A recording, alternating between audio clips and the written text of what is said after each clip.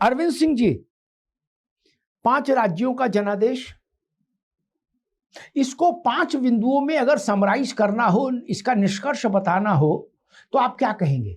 यहीं से बात शुरू करते हैं।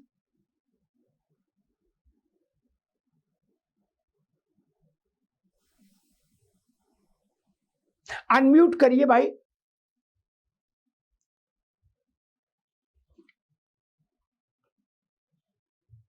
आपको आवाज मिल रही है? जी जी जी। अमिताभ जी, दो तीन बिंदुओं में इसको समराइज करता हूं, बाकी मित्रों को सुनने के बाद फिर मौका आएगा तो बोलूंगा। सबसे बड़ी बात है हिंदू राष्ट्रवाद का विजय, पताका भारत में फहराया। चाहे वो बंगाल की बात हो, चाहे असम की बात हो, जिन्होंने भारत के सनातन के पक्ष में बोला है, हिंदुत्व के पक्ष में बोला है, भारत के सनातन संस्कृति के पक्ष में बोला है, जनता ने उसको भर भर कर आशीर्वाद दिया है। और जो लोग हिंदुत्व को और सनातन को कैंसर, डेंगू और मलेरिया कहते थे, उनको भारत की जनता ने उखाड़ कर फेंक दिया है। याद करिए डीएमके के नेताओं ने क्या कहा कि हिंदुत्व कैंसर से भी ज्यादा खतरनाक है। राहुल गांधी ने कहा हिंदू तो ठीक है लेकिन हिंदुत्व खतरनाक है। आज इन लोगों की दशा क्या हो गई है? चाहे असम की बात हो, चाहे वेस्ट बंगाल की बात हो, भारतीय जनता पार्टी ने सनातन गौरव की बात की, और जो घुसपैठिए हैं उनको बाहर निकालने की बात की। तो भारतीय जनता पार्टी पे आरोप लगाया गया कि मुसलमानों को निकालने की बात कर रही है। क्या घुसपैठियों को निकाला जाना मुसलमानों को निकाला जाना होता है? इस नैरेटिव को जनता ने स्वीकार नहीं किया और खारिज कर दिया। दूसरा बात मैं कहूंगा, भारतीय जनता पार्टी का जो परिश्रम है उसका भी विजय हुआ है। एक शेर है कि यूं ही नहीं मिलती सफलता, यूं ही नहीं मिलती मंजिलें, एक जुनून सा दिल में जगाना होता है। पूछा चिड़िए से कैसे बना आशियाना, तो बोली बार बार भरना पड़ता है उड़ान, तिनका तिनका उठाना होता है। जो भारतीय जनता पार्टी है नरेंद्र मोदी जी के नेतृत्व में, वो 24 घंटे 7 दिन काम करने वाली पार्टी है।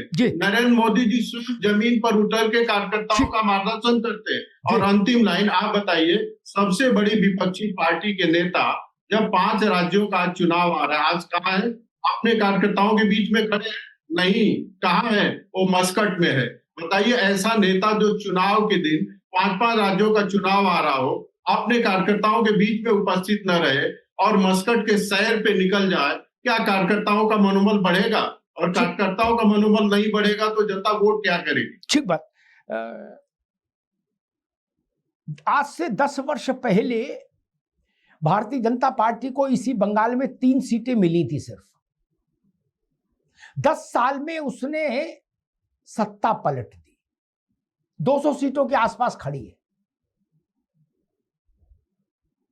केरल में भी 3 सीट मिल रही हैं।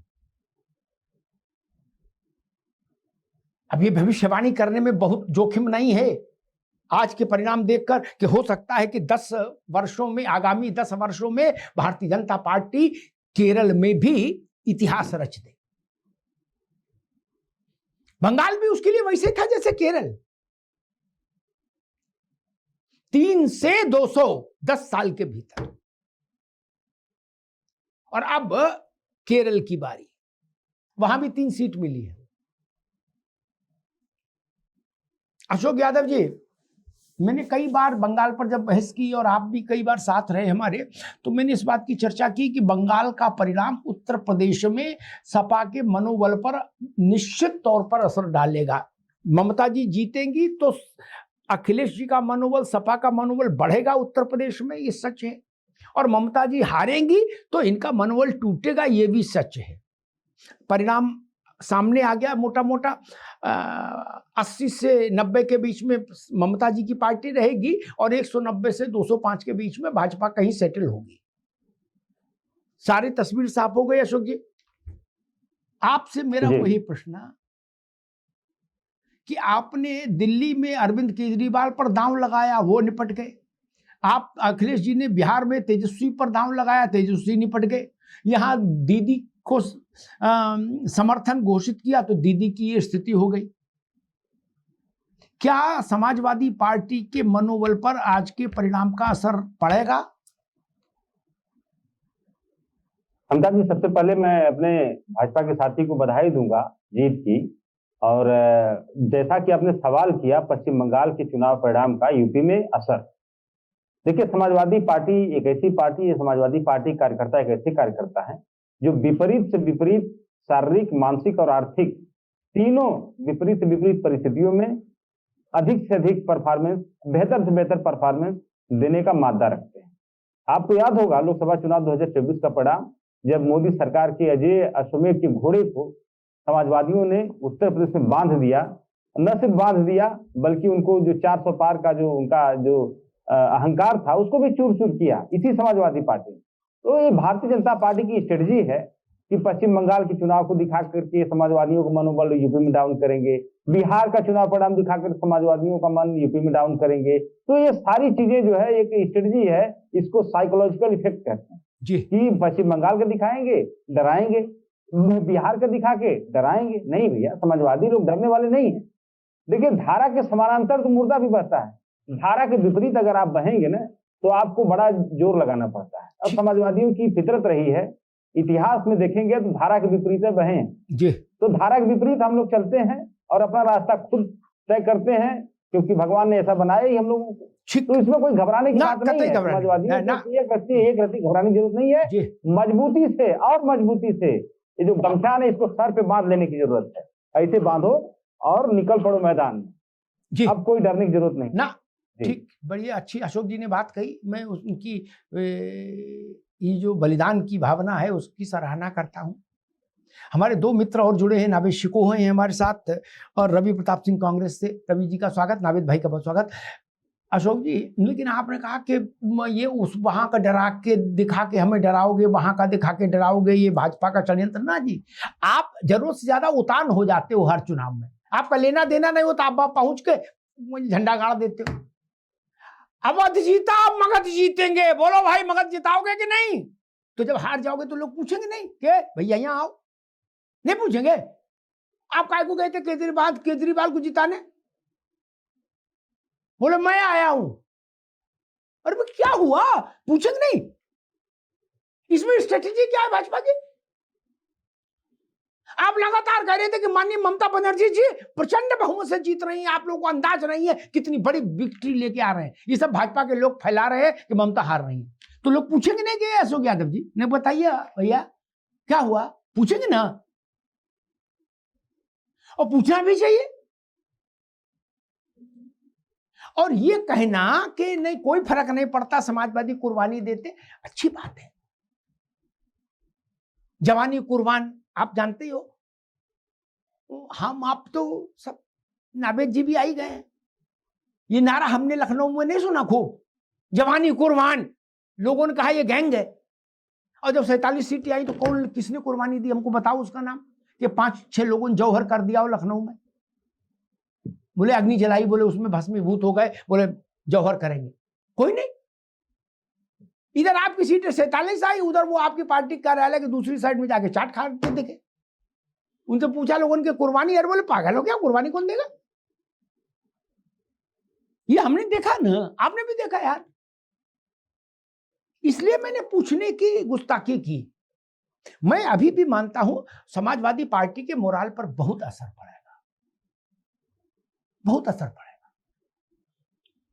जब बड़ा कोई विकेट गिरता है ना तो छोटे विकेट पर तो बहुत असर पड़ता ही है भाई, स्वाभाविक है। ममता बनर्जी बड़ा विकेट है, छोटे नेता है।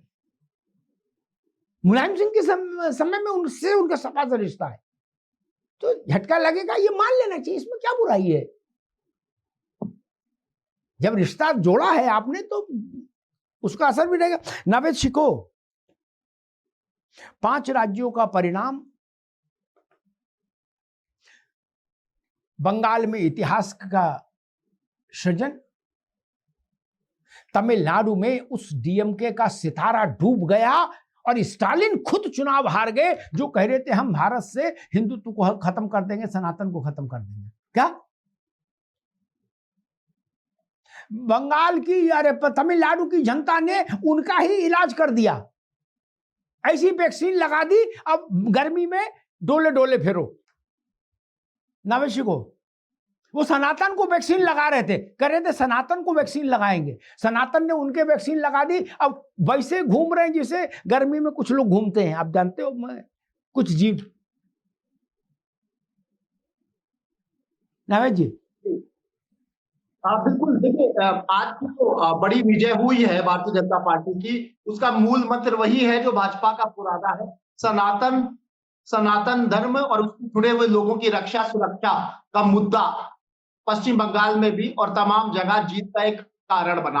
आपने उत्तर प्रदेश से जो जोड़ा, ये बात बिल्कुल सही है कि उत्तर प्रदेश में भारतीय जनता पार्टी अब पूरे उत्साह के साथ उतरेगी, क्योंकि नंबर अब यूपी का ही है और कहीं ना कहीं अब अखिलेश यादव जी के लिए दो मोर्चों पर उनको लड़ाई लड़नी है। पहली तो ये कि चुनावी तैयारी में जहां पर भारतीय जनता पार्टी एक बार फिर हिंदुत्व के मूड पे आ गई है और वो पीडीए की धार को कुंद करने की हैसियत रखती है, आज के चुनावी नतीजों ने बताया, जैसा कि आपने जिक्र किया।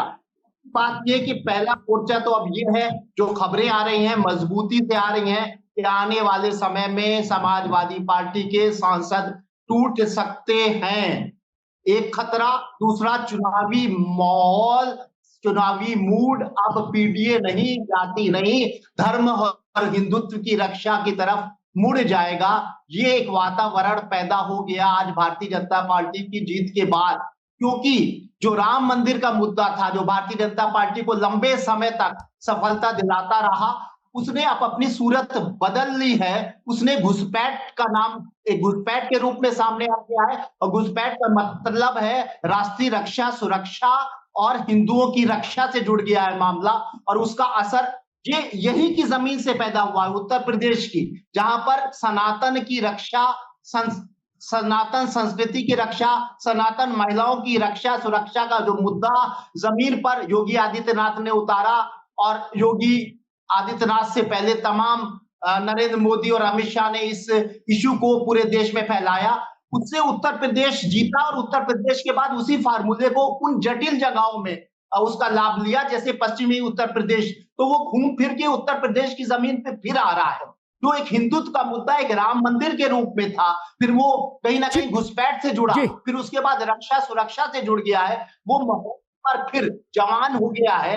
इसलिए उत्तर प्रदेश में थोड़ा सा असहज महसूस किया जा सकता है समाजवादी पार्टी और उसके पीडीए को। और मैं फिर ये बात दोहरा रहा हूं, इससे पहले एक ऑपरेशन हो सकता है जिसमें समाजवादी पार्टी के सांसद कहीं ना कहीं टाटा बाय बाय कर सकते हैं। ये मजबूत खबर है।